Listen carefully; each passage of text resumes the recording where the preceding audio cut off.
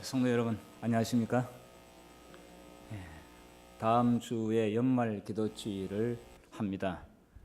화요일 저녁부터 제가 줌으로 말씀을 드리겠습니다. 우리 모든 성도님들은 화요일 저녁 그 시간에 가능한 7시 반에 그 줌을 이렇게 열어주시면 좋겠는데요.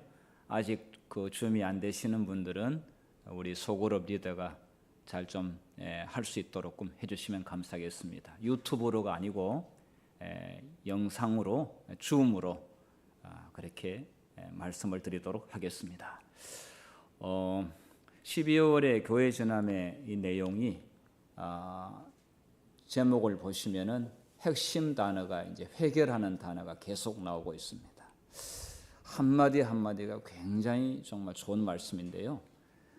여러분 교회 전함의 내용을 이렇게 읽으시면서 이 종이로 된 것을 읽으시면서 줄치면서 또 형광펜으로 그으면서 한 30분 동안에 그 내용을 가지고 기도하시면은 굉장한 유익을 얻고 또 말씀의 은혜가 있습니다. 이 교회 전함이 없으면은 유튜브에도 매일의 말씀 작년 기도록에서 나옵니다. 또 들을 수 있는 것도 있습니다. 그러나 제가 권하는 것은 스마트폰으로 듣는 거하고 또 보는 것보다 페이퍼로 종이로 된 것을 읽고 줄치고 하는 것이 훨씬 더 은혜가 있고 가슴에 새겨집니다. 그리고 내년 1월 달에 이 교회 전함 없는 분은 적어도 재림교회는 이거 비싼 거 아니니까 다 구입하셔서 종이로 된 그 글을 읽으시면은 저는 그렇게 권하고 싶습니다. 서기 문서 담당에게 미리 교회 전함을 미리 주문해 주시면 감사하겠습니다. 12월 셋째 넷째면 이미 책이 도착하기 때문에 오늘 안식일 주문하셔야만이 저희들이 주문할 수가 있습니다. 오늘 제가 드릴 말씀의 제목은 죄는 지워지지 않는다, 이런 제목으로 말씀을 드리겠습니다. 교동문 읽을 때 죄를 지워달라고 하는 말씀이 있는데 오늘 제가 드린 제목은 죄는 안 지워진다, 이런 제목으로 좀 말씀을 드리겠습니다.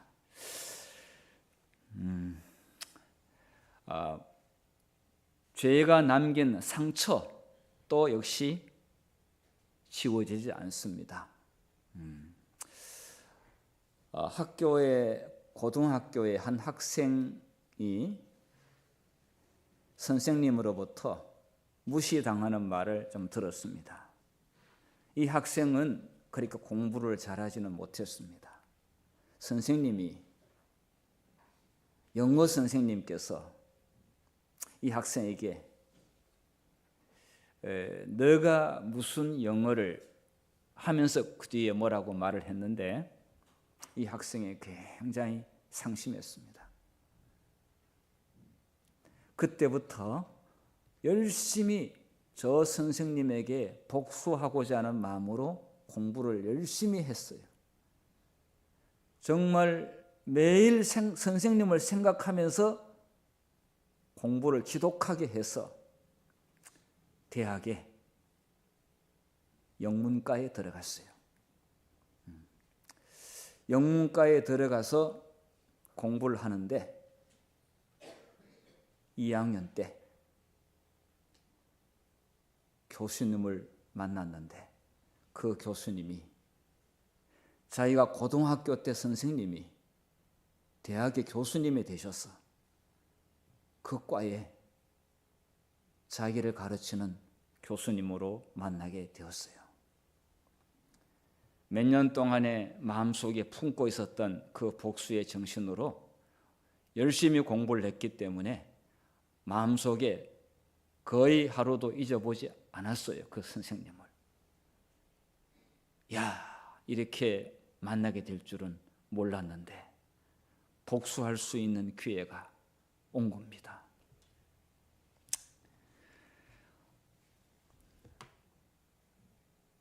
어느 날 그 교수님의 강의를 듣게 되는데, 그 교수님이 자기한테 왔을 때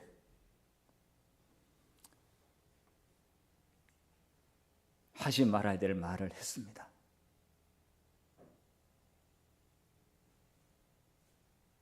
선생님이 무슨 대학 교수를 이렇게 비수를 꽂는 말을 했습니다. 그 선생님이 들었습니다. 굉장히 기분 나빴지만은 스쳐 지나갔습니다. 이 학생은 오랫동안에 품고 있었던 그 마음을 행동으로 옮겼는데 속이 아주 시원했을까요? 복수는 했는데 뭔가 마음이 불편했습니다. 찜찜했습니다. 시간이 지날수록 시원한 게 아니라 오히려 굉장히 마음에 부담이 됐습니다. 왜냐하면 자꾸 보는 게 힘들었습니다. 그런데 1년이 지나고 2년이 지나고 어느 날 이제 그 선생님 감옥은 듣지 않게 되었는데, 들은 소식에 의하면은 그 선생님이 암이 걸렸다는 이야기를 듣게 되었습니다. 그 순간 자기가 한 그 말에 대해서 더 양심에 좀 가책이 되기 시작했는데, 찾아가서 내가 잘못했다라고 용서를 구하려고 하는 마음이 여러 번 일어났지만은 마음을 억눌렀습니다. 그런 차에 시간은 갔습니다. 어느 날 그 교수님 돌아가셨다는 이야기를 듣게 되었습니다. 가슴이 철렁했습니다. 돌아가시기 전에 가서 자기가 한 말에 대해서 용서를 구했으면 했는데 영원히 기회를 놓쳤습니다. 일생 지울 수 없는 그분이 더 이상 만날 수 없기 때문에 정말 가슴에 남게 되었습니다. 죄가 남긴 상처가 지우려고 해도 지울 수 없게 되었습니다.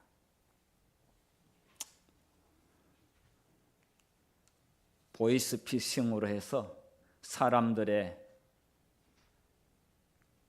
한 가족과 한 인생을 완전히 망치고 이런 사람들 많죠. 네. 돈이 없어가지고 급하게 빌렸는데 그 돈을 안 갚는다고 엄청난 이자를 떼가고 그 돈을 해결하기 위해서 뭔가 또 비용을 뜯어가는 그런 사람들. 그야말로 정말 시간이 갈수록 나중에는 1,000만 원 빌려놓고 수억 빚쟁이를 만들어 놓고 인생 망가뜨린 사람들. 그 사람이 감옥 가가지고 아무리 참회하고 회개하고 뭐 잘 살아보겠다고 자신이 감옥에서 마음을 바꾼들 그가 저질러 놓은 죄의 상처들, 죄의 흔적들 지울 수 있습니까? 못 지웁니다. 뭐 자전거 한 대 훔쳤으면은 몇 배나 더 비싼 자전거 하나 갚아주게 되고 미안하다고 하게 되면은 지나칠 수 있습니다만은 사실 사람의 마음 가운데 긁어놓은 이러한 상처들, 이런 죄의 흔적들은 지워지지 않습니다.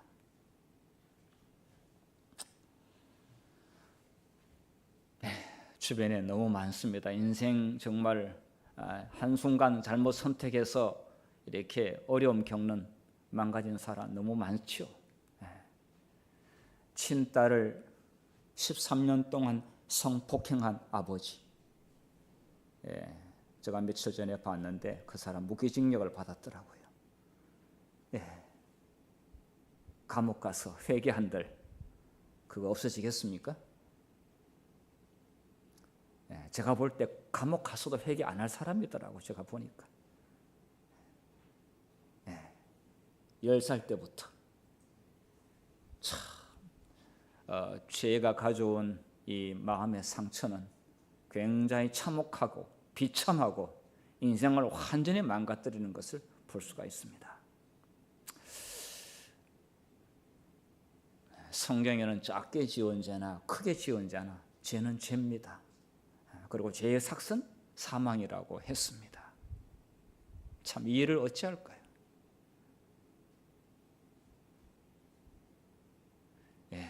이게 참 큰 숙제고 부담입니다. 아담이 지은 죄는 지워지지 않았습니다. 하와가 이 금단의 실과를 맛보고 하나님께 불순종했지요. 그리고 남편에도 주워 먹게 했습니다. 사실은 과일 하나 먹은 게 뭐가 그렇게 죄가 되냐고 할 수 있습니다.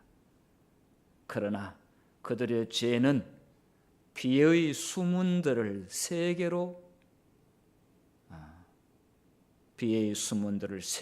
열어놓았다.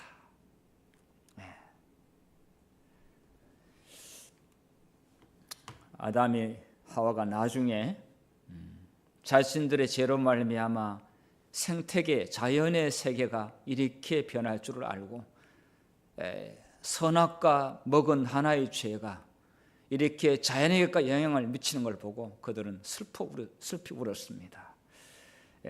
시드는 꽃과 떨어지는 잎 가운데서 최초의 쇠퇴의 징조를 목격하고 아담과 그의 반려자 하와죠.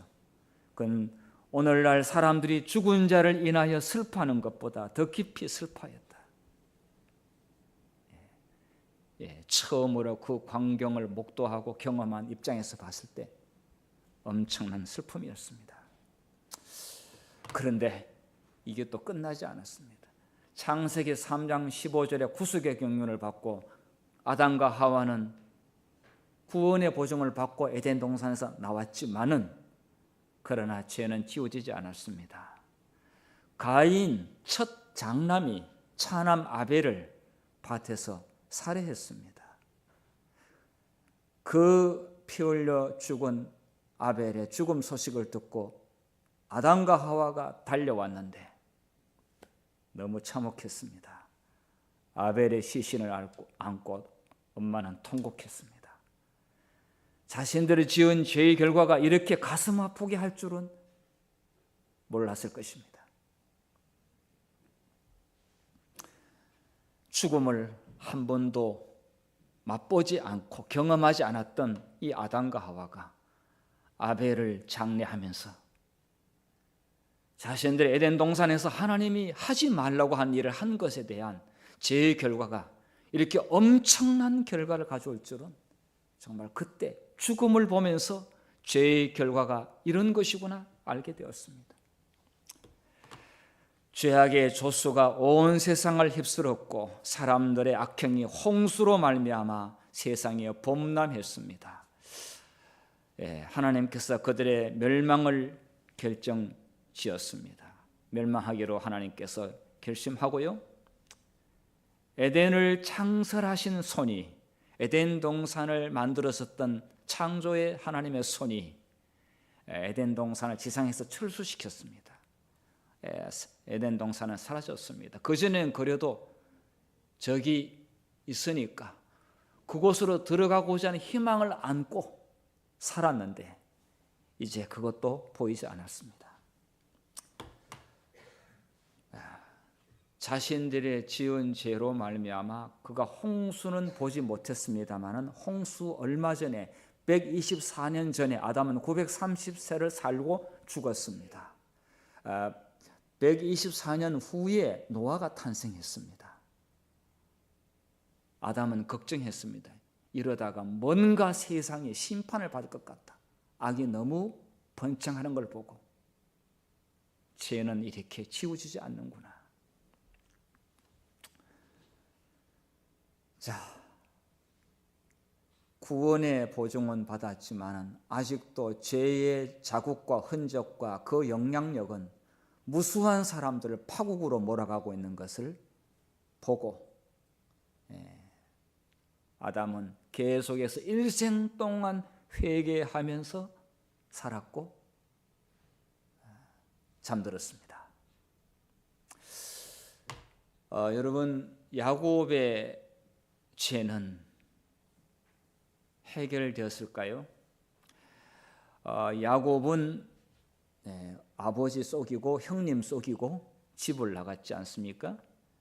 그리고 27년 만에 고향으로 돌아오는데 도망자로 나갔던 그 야곱이 다시 고향으로 돌아올 때에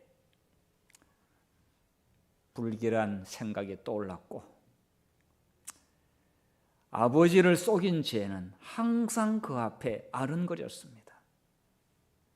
그는 자신의 오랜 유랑 생활이 그 같은 죄의 직접적인 결과임을 알았고 항상 고민이 되었습니다. 양심의 가책을 받았습니다. 27년 만에 돌아오는 고향 산천을 봤을 때에 과거의 것들이 파노라마처럼 지나갔습니다. 그런데 좋은 추억만 있다면 참 괜찮겠는데 자신이 살아오면서 지은 죄가 떠올랐습니다. 하나님께서 자신에게 그 집을 나와서 노숙하게 될 때 돌로 베개를 삼아 잠을 잘 때에 하늘과 땅을 잇는 사닥다리의 꿈을 그가 꾸었고 하나님으로부터 음성을 들었는데 고향으로 돌아오는 그날까지 내가 절대로 너를 떠나지 아니할 것이라 그런 보증을 받았지만은 야곱은 평화롭지 못했습니다. 그래서 어쩌면 그는 하나님이 주신 그 약속을 더 귀중하게 생각했고요. 하나님의 그 약속이 아니었다고 한다면 그는 더 비참한 나락으로 떨어졌을 수도 있었습니다. 참 어떻습니까? 여러분께서 태어나서 지금까지 사실 세월이 유수처럼 지나갔죠. 어린 시절부터 돌이켜보게 되면은 지난날에 부끄럽고 얼룩진 죄들이 떠오를 때가 많이 있고 그런 거 생각하게 되면은 이렇게 좀 떨릴 때가 있습니다. 움츠러들 때가 있습니다. 그리고 자신이 바보 같고 한심하고 괴로울 때가 있습니다.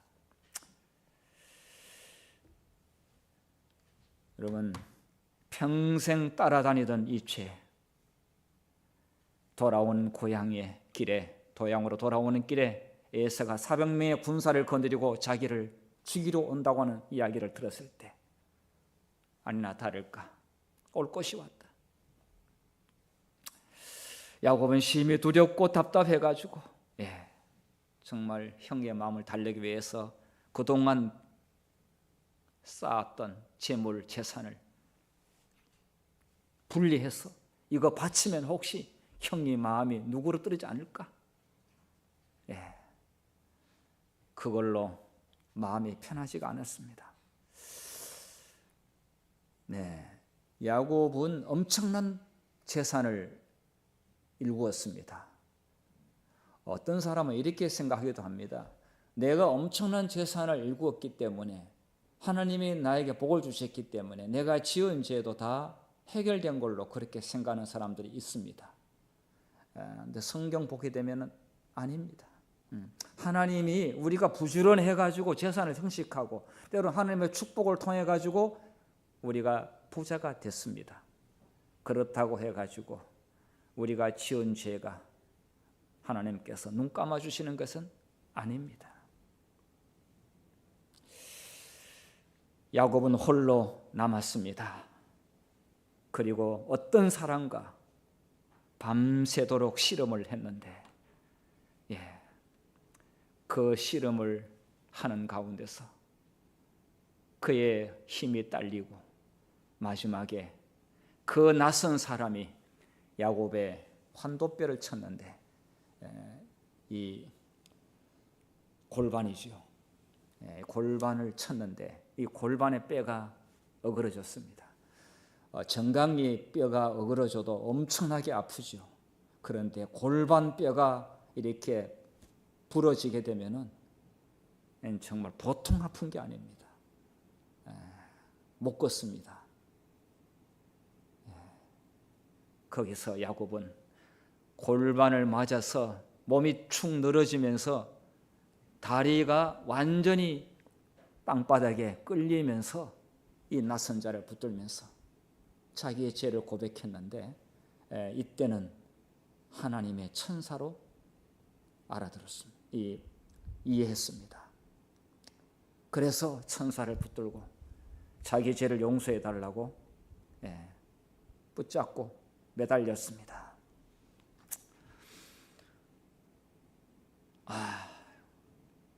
참 이렇게 27년 전에 했던 그 일이 이런 막다른 골목에서 이렇게 마주칠 줄은 정말 야곱은 생각은 했겠습니까? 마음은 불편한 것은 사실이었지만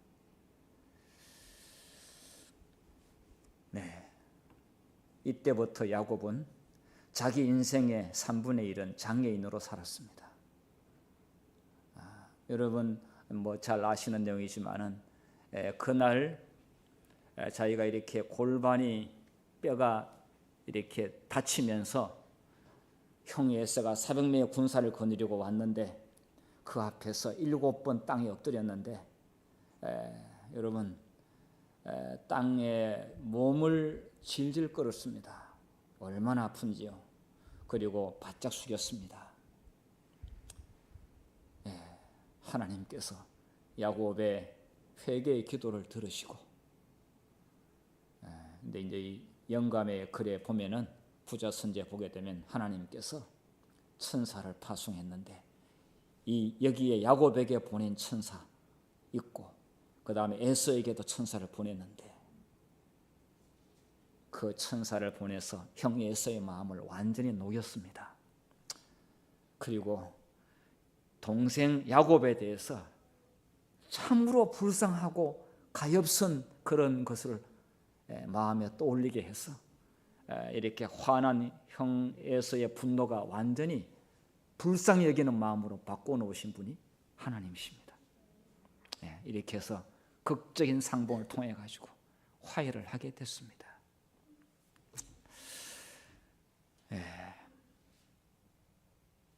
참 이렇게 끈질기네요. 죄는 여러분 성소에 재림교회는 성소에 대한 기별을 정확히 이해할 때만이 아주 확실한 재림교인의 사명을 이해하게 되는데요. 제가 연말 기도주일에 성소와 관련된 이야기를 말씀드리겠습니다만은 이야기의 앞뒤에 다 거두절미하고 오늘 제가 주제에 맞춰서 말씀드린다면은 죄인이 짐승, 양이나 염소 그리고 족장이나 회중을 대표할 때는 송아지. 자, 여기 지금 순양을 가져와서 머리에 안수할 때에 그리고 양을 잡습니다. 그 참회자가 이 짐승을 놓고 자기의 죄를 정확하게 고백할 때에 이 죄가 사라지는 것이 아니라 옮겨지는 것, 전가되는 것을 여기서 보여주고 있습니다. 옮겨집니다. 안수할 때 이 참회자의 죄가 짐승에게로 옮겨집니다. 짐승은 여기서 죽임을 당하면서 피를 지장들이 받습니다. 그리고 제단에 들어가면서 뿌립니다. 휘장에도 뿌립니다. 이 안수한다고 하는 것은 우리가 목사 안수, 집사 안수하게 될 때는 머리에 손을 얹고 기도하는 것은 예수님과 연합, 하나님과 우리의 머리가 연결되는 것을 연합을 말하지만은 여기에는 옮기는 것, 전가하는 것의 의미가 있습니다. 자, 이렇게 해서 피를 받아가지고 회막에 들어가서 그 제사장의 손가락에 그 피를 찍어 여호와 앞과 성소 휘장 앞에 7번 뿌렸다. 지금 제가 이 네모 상자에 여기 지금 성소와 지성소 사이에 휘장이 있습니다. 성소의 첫째 칸 촛대가 있고 오른쪽에 떡상이 있고 그 다음에 그 향단이 있는데 그 앞에 휘장이 있습니다. 천사가 수놓아져 있는 그 휘장이 있습니다. 여기에 피를 7번 뿌립니다. 그 참회자가 지은 죄가 성소 휘장으로 옮겨졌습니다. 그 참회자는 회개하고 기분 좋게 용서받았다고 돌아갔다고 생각을 할 수 있습니다. 그러나 그 죄는 옮겨졌을 뿐입니다. 자, 이 휘장은 어떻게 만들어졌느냐? 휘장은 못의 기둥이 있고, 지금 제가 이게 잘 안 보이지만은 제가 요 못을 제가 이렇게 집어넣다 보니까 하여튼 뭐 말똥만한 못을 여기 제가 넣었습니다. 못 4개입니다. 못 4개에다가 휘장을 갈고리로 여기에 금 갈고리로 걸었습니다. 휘장이 굉장히 무겁습니다. 그리고 휘장도 두껍습니다. 홍색, 자색, 청색 실로 공교의 수놓아 만든 그러한 이 휘장은 굉장히 무겁습니다. 여기에 갈고리로 그리고 달았습니다. 자, 여기에 묻어 있는 이 휘장은 1년에 한 번씩 교체했는데 1년 내내 뿌려졌고 대속죄일 때 또 뿌려지는데 얼마나 얼룩지고 냄새나고 굉장히 흉합니다. 피가 엄청난 피가 뿌려졌는데 그것은 참회자 백성들의 죄가 여기에 옮겨졌다고 하는 것입니다. 자, 뭐 이 내용은 우리가 잘 알다시피 휘장은 히브리서 10장에 보게 되면 휘장은 그의 육체니라. 그의 육체니라. 누구의 육체입니까? 예수 그리스도의 육체라고 그렇게 했습니다. 예수님 십자가에 돌아가시게 될 때에 성소의 휘장이 위에서부터 아래로 두 갈래로 완전히 확 찢어졌습니다. 위에서 찢어진 것.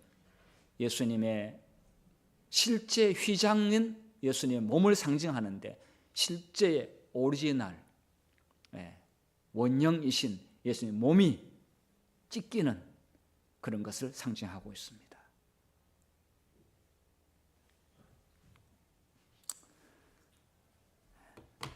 인간의 죄가 성소로 전가된 것, 이것은 우리의 인간의 참회자의 죄가 예수님 몸에게로 예수님에게로 옮겨진 것을 말하고 있습니다.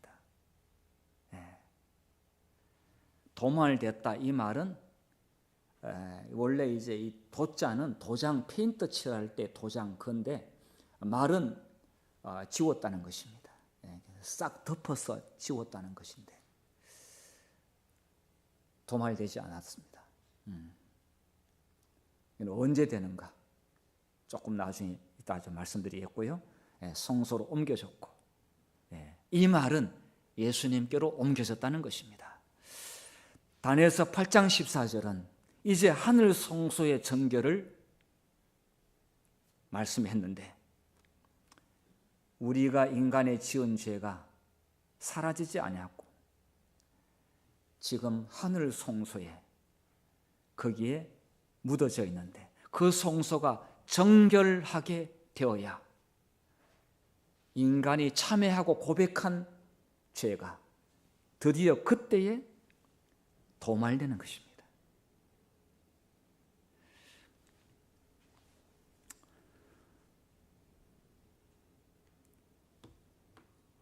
고린도후서 5장 21절 우리 다 함께 읽도록 하겠습니다. 세번역 성경입니다. 시작. 하나님께서는 죄를 모르시는 분에게 우리 대신으로 죄를 씌우셨습니다. 그것은 우리가 그리스도 안에서 하나님의 의가 되게 하시려는 것입니다. 우리가 지은 죄를 예수님에게 씌웠습니다. 그래서 그분은 우리의 죄 때문에 참혹한 죽음을 십자가에서 죽으셨습니다. 죄를 모르는 자가 우리가 죄를 그분에게 옮겨 전가시켜서 그분이 대신 죽으셨고, 우리에게는 자신이 가지고 있는 의로움, 하나님의 의가 우리 안에 있도록 만들어 놓으셨습니다. 우리 성도님들, 하나님 예수님을 통하여 마련된 이 놀라운 의로움, 이 의로움을 여러분께서 가지셔야만이 하늘나라 들어갈 수가 있는데, 이 예수님께서 마련하신 의로움을 여러분 감사함으로 받아들이시겠습니까? 이것이 믿음으로 말미암는 의가 되는 것입니다. 이거 하는데 뭐 돈 냈습니까? 이거 하는데 우리가 뭐 어떻게 공을 들인 게 있습니까? 없습니다. 그분의 엄청난 사랑 때문에 그분께서는 선제적으로 먼저 행동을 그렇게 하셨습니다. 그리고 우리 안에 이걸 주셨는데, 이걸 우리가 받아들인 조건은 회개라고 하는 참회자가 죄를 옮길 때만 그렇게 될 수 있습니다. 그래서 예수님 의인이신데 죄인이 되셨고요, 우리가 죄인인데 의인이 됐습니다. 상황이 반전됐습니다. 입장이 바꿔지게 됐습니다. 정말 역지사지가 된 것입니다. 예수님 자신과 우리를 바꾸셨습니다. 요한일서 1장 9절 같이 읽겠습니다. 시작. 만일 우리가 우리 죄를 자백하면 그는 미쁘시고 의로우사 우리 죄를 사하시며 우리를 모든 불의에서 깨끗하게 하실 것이요. 아무나 이 말을 하는 것이 아니라 예수님, 우리 죄를 짊어지시고 죽으신 분은 이렇게 말씀하실 수 있고, 이것은 실제로 그렇게 될 수 있습니다. 모든 불의에서 우리를 깨끗하게 할 수 있습니다. 그래서 우리는 우리 거하고 예수님이 주시려고 하는 거하고 예수님 거하고 우리 거하고 바꿔야 됩니다.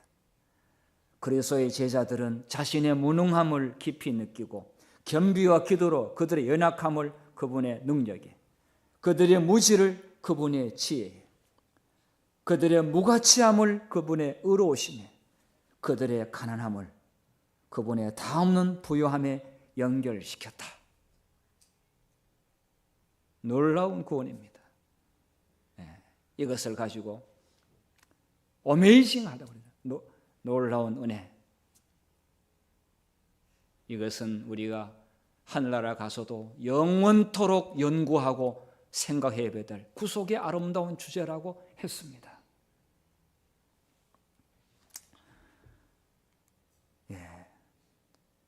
왜 죄가 지워지지 않는가? 하나님께서 그냥 한 번 선언으로 끝내면 되는데 왜 죄의 상처는 지워지지 않는가? 이유가 있습니다. 죄의 상처는 양심의 자명종입니다.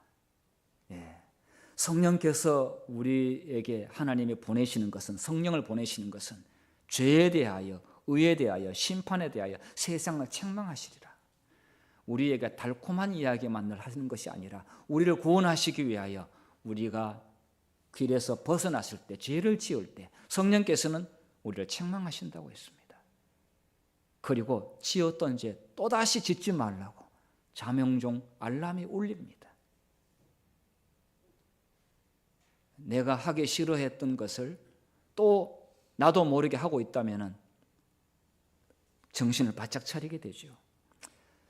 베드로는 예수님을 3번 부인했고요, 주의 만찬에서 자기가 다른 동료들이 자기 발을 씻겨주기를 기다리고 있었습니다. 베드로가 교만했죠.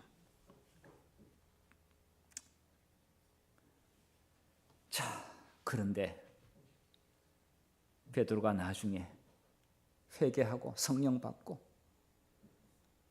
깨달았습니다. 베드로전서 5장 5절에 이렇게 이야기했습니다. 젊은 자들아, 이와 같이 장로들에게 순종하고 다 서로 겸손으로 허리를 동이라. 허리를 동이라 이 이야기한 것은 자기는 그 주님의 최후의 만찬 때 그가 교만했던 마음, 그걸 아시고 예수님께 자기의 발을 씻긴 것에 대하여 평생 이것이 떠올라가지고 그의 마음에 교만한 마음이 떠오르게 되면은 그는 이 생각이 나가지고 겸손해라, 겸손해야지. 자, 그래서 6절에 그러므로 하나님의 능하신 손 아래서 겸손하라. 때가 되면 너희를 높이시리라. 예, 그래서 이 죄의 상처가 양심의 자명종 역할을 합니다. 예, 이사야 53장 5절 그가 찔림은 우리의 허물 때문이요 그가 상함은 우리의 죄악 때문이라. 그가 징계를 받음으로 우리는 평화를 누리고 그가 채찍에 맞음으로 우리는 나음을 받았도다. 예. 안상홍 증인회의 사람들이 저 예수님 십자가에 상처나고 저거 피 흘리는 거 왜 저런 거 자꾸 보여주냐고, 저게 그렇게 저기 보기에 좋으냐고, 저게 보면 그렇게 기쁘냐고. 십자가가 교회에 이렇게 묻어 있으면 그 교회는 이단 교회니까 십자가 있는 게 이단이다, 이렇게 그 사람들 가르칩니다. 예. 십자가가 주는 의미를 전혀 모르고 하는 이야기지요. 성경의 핵심 주제를 그들은 빼버리는 이야기지요. 우리는 예수님의 손에 못자국을 보면서 내가 나음을 입었고 내가 평화를 누리고 그분 상처 때문에 내가 이 자유의 사람이 되고 구원받았다는 사실을 우리가 깨닫게 되는 것 아니겠습니까? 그 깊은 의미를 전혀 다르게 해석해서 정말 어리둥절하게 합니다. 여러분 이런 이야기를 아마 들었을 것입니다. 사람 어느 노 부부가 있었는데 엄마가 돌아가셨고 할아버지, 아버지가 이제 돌아갈 날이 얼마 남지 않았어요. 그런데 이 아버지가 얼굴이 굉장히 흉해가지고 아이들한테 보여주기 싫어서 아이들을 이렇게 보육원에 맡겼어요. 그 생활비는 또 주면서 혹시나 이 아이들과 아버지의 얼굴을 보고 충격받고 놀릴까 봐. 그런데 아이들은 성장했습니다. 자랐습니다. 학교도 나왔습니다. 대학을 나왔습니다. 그런데 아버지가 위독하다는 이야기를 들었습니다. 아버지에 대한 애정과 사랑이 없었습니다. 아버지는 자기 얼굴을 자녀에게 보여주고 싶지 않았습니다. 자, 아버지의 재산 정리를 하기 위해서 시골에 살고 있는 아버지 집에 왔습니다. 그 재산을 매각을 하는데 아버지가 얼마 전에 돌아가셔서 동네 사람들에게는 아버지가 이 근처에 매장, 그러니까 화장이 아닌 땅에 이제 매장을 하는 걸로 그렇게 이제 사람들 알고 있었는데 아들은 성묘하는 거 귀찮다고 해서 화장을 했습니다. 자, 화장을 하고 집 정리, 재산을 처분하고 하는데 다 처분하고 그런데 아버지 일기장을 보게 되었습니다. 그 일기장을 보는 순간 몇 장 읽어가다가 이 아들은 통곡했습니다. 오래전에 불이 집에 나서 아들을 남매를 먼저 꺼내느라고 아내를 꺼내지 못했어. 아내는 화재로 천수 사망을 했고 아버지의 얼굴은 흉해서 볼 수 없는 그런 얼굴이 되었고 그래서 아들, 딸을 꺼냈어. 그래서 이 아들, 딸에게 아버지 흉한 얼굴을 보여주지 않아가지고 시골에 있었습니다. 만나지 않았습니다. 그러면서 꼭 내가 평생 동안 꿈에 불난 화재에 대한 악몽을 꾸고 내가 평생을 보냈기 때문에 절대 화장은 하지 말아달라. 매장을 해달라.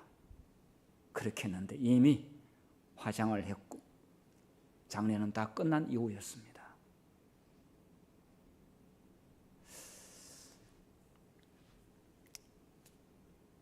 정말 후회했지만은 이미 시간은 지났습니다. 우리가 하늘나라에 가서 예수님을 보면은 십자가에서 받은 그의 상처를 보게 되면은